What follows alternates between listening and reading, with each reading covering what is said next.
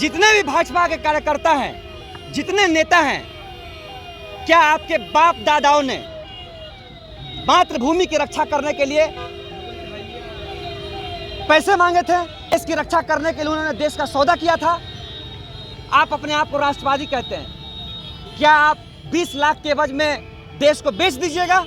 मेरा सीधा सवाल है, पैसों की बात नहीं है, सिर्फ एक सवाल कि 4 साल के बाद हम क्या करेंगे? 4 साल के बाद हम भाजपा प्रवक्ताओं का बॉडीगार्ड बनेंगे? 4 साल के बाद अंबानी अडानी के होटलों में हम सलाम करेंगे? 4 साल के बाद हम रिक्शा ठेला लगाएंगे? या 4 साल के बाद हम चाय बेचेंगे? जितने भी भाजपा के नेता हैं, संसद भवन है, उनके घरों के सामने बैठिए, प्रधानमंत्री के घरों के सामने बैठिए, वहीं नहाइए, वहीं खाइए, वहीं शौच कीजिए, वहीं सब कुछ कीजिए। जब तक वापस नहीं होगा ये फैसला, तब तक वहाँ डटे रहिए। पूरा बिहार और देश आप सभी सैनिक भाइयों के साथ है। मनीष जी, लगातार अग्निपथ स्कीम का विरोध हो रहा है, क्या कहिएगा? देखिए, विरोध पूरी तरह से जायज है, और अगर ये विरोध जायज नहीं है और भाजपा प्रवक्ता ये कह रहे हैं कि 20 लाख की मोटी रकम मिलेगी, तो हम भाजपा प्रवक्ताओं से ये पूछना चाहते हैं कि जितने भी भाजपा के कार्यकर्ता हैं, जितने नेता हैं, क्या आपके बाप दादाओं ने मातृभूमि की रक्षा करने के लिए पैसे मांगे थे? देश की रक्षा करने के लिए उन्होंने देश का सौदा किया था। आप अपने आप को राष्ट्रवादी कहते हैं, क्या आप 20 लाख के एवज में देश को बेच दीजिएगा? मेरा सीधा सवाल है, पैसों की बात नहीं है, सिर्फ एक सवाल कि 4 साल के बाद हम क्या करेंगे? 4 साल के बाद हम भाजपा प्रवक्ताओं का बॉडीगार्ड बनेंगे? 4 साल के बाद अंबानी अडानी के होटलों में हम सलाम करेंगे? 4 साल के बाद हम रिक्शा ठेला लगाएंगे? या 4 साल के बाद हम चाय बेचेंगे?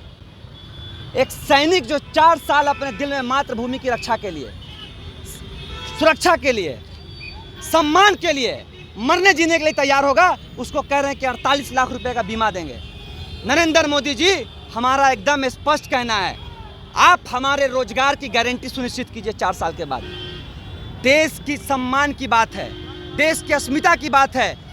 बिहार और देश का हर एक युवा जब सरहद पे जाता है तो ये दिल में रख कर जाता है कि हम अपने माँ का बेटा नहीं है, अब अपने पत्नी का पति नहीं है, अपनी बहन का भाई नहीं है। नरेंद्र मोदी जी, हम वहाँ मरने जाते हैं, पैसे कमाने नहीं जाते हैं। हमारी पहली प्राथमिकता होती है कि हम देश की सरहदों की सुरक्षा करें, ताकि हमारा देशवासी और बिहारवासी चैन से अपने घरों में सो सके। और हम कहना चाहेंगे कि अगर 6 महीना में एक पूरी तरह से ट्रेन सैनिक हो सकता है, तो इस ट्रेनिंग का सबसे पहले उपयोग नरेंद्र मोदी की सुरक्षा व्यवस्था में की जाए। वो नरेंद्र मोदी जो कई तरह के हथियारों से लैस एसपीजी सुरक्षा के घेरे में रहते हैं, जो 10 साल 15 साल के कड़ी सुरक्षा के बाद नरेंद्र मोदी जी को दिया जाता है।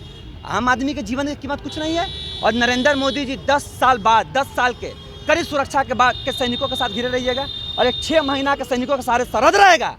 नरेंद्र मोदी जी इनको पहले हायर करे, अंबानी अडानी हायर करे, और देश का तमाम नेता इसको पहले हायर करे, और फिर उसका रिसर्च हो कि ये कितना काम कर पा रहे हैं। इतना स्पष्ट आप लोग जान लीजिए, एकदम स्पष्ट सुनिए, कोई भी बड़ी अगर लड़ाई छिड़ गई सरहद पे, कोई बड़ी लड़ाई, चाइना ऐसा, चीन ऐसा लोग हमारे देश से लड़ने के लिए पूरी तरह से तैयार है।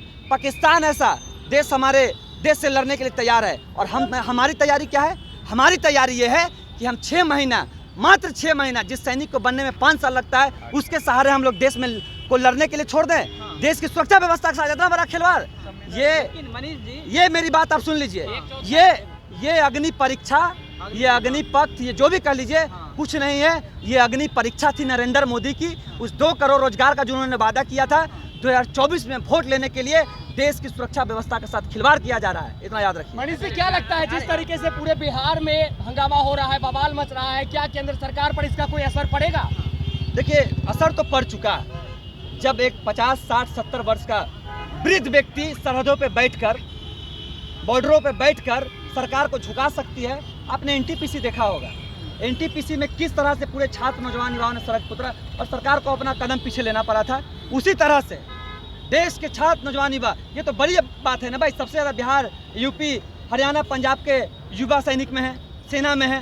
तो इतना जान लीजिए कि पूरी तरह से सरकार अपने मुंह पे तमाचा खुद मार चुके इस फैसले को लाकर। अब इसको वापस लेने की बारी है। अगर वापस नहीं लेगी तो आप सभी के चैनलों के माध्यम से हम कहना चाहेंगे कि जितने भी भाजपा के नेता हैं, संसद भवन है, उनके घरों के सामने बैठिए, प्रधानमंत्री के घरों के सामने बैठिए, वहीं नहाइए, वहीं खाइए, वहीं शौच कीजिए, वहीं सब कुछ कीजिए।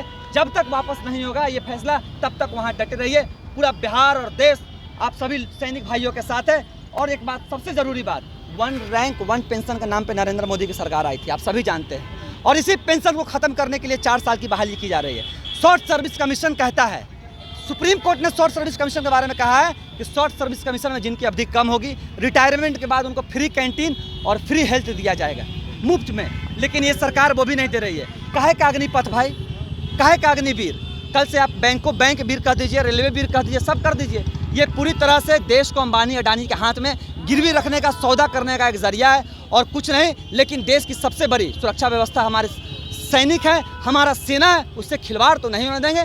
जान देंगे, लाठी खाएंगे, गोली खाएंगे, जेल जाएंगे, लेकिन इस फैसले को सरकार को वापस लेना पड़ेगा। जो छात्र उग्र प्रदर्शन कर रहे हैं उनके बारे में क्या कहना है? देखिए, जो उग्र प्रदर्शन कर रहे हैं उनको कहेंगे संयम रखिए, संयम रखिए, ये फैसला वापस होगा। किसानों भाइयों से सीखिए, उन्होंने 1 साल बैठकर अपनी जानें दी, कुर्बानियाँ दी, उसके बाद ये फैसला वापस हुआ था।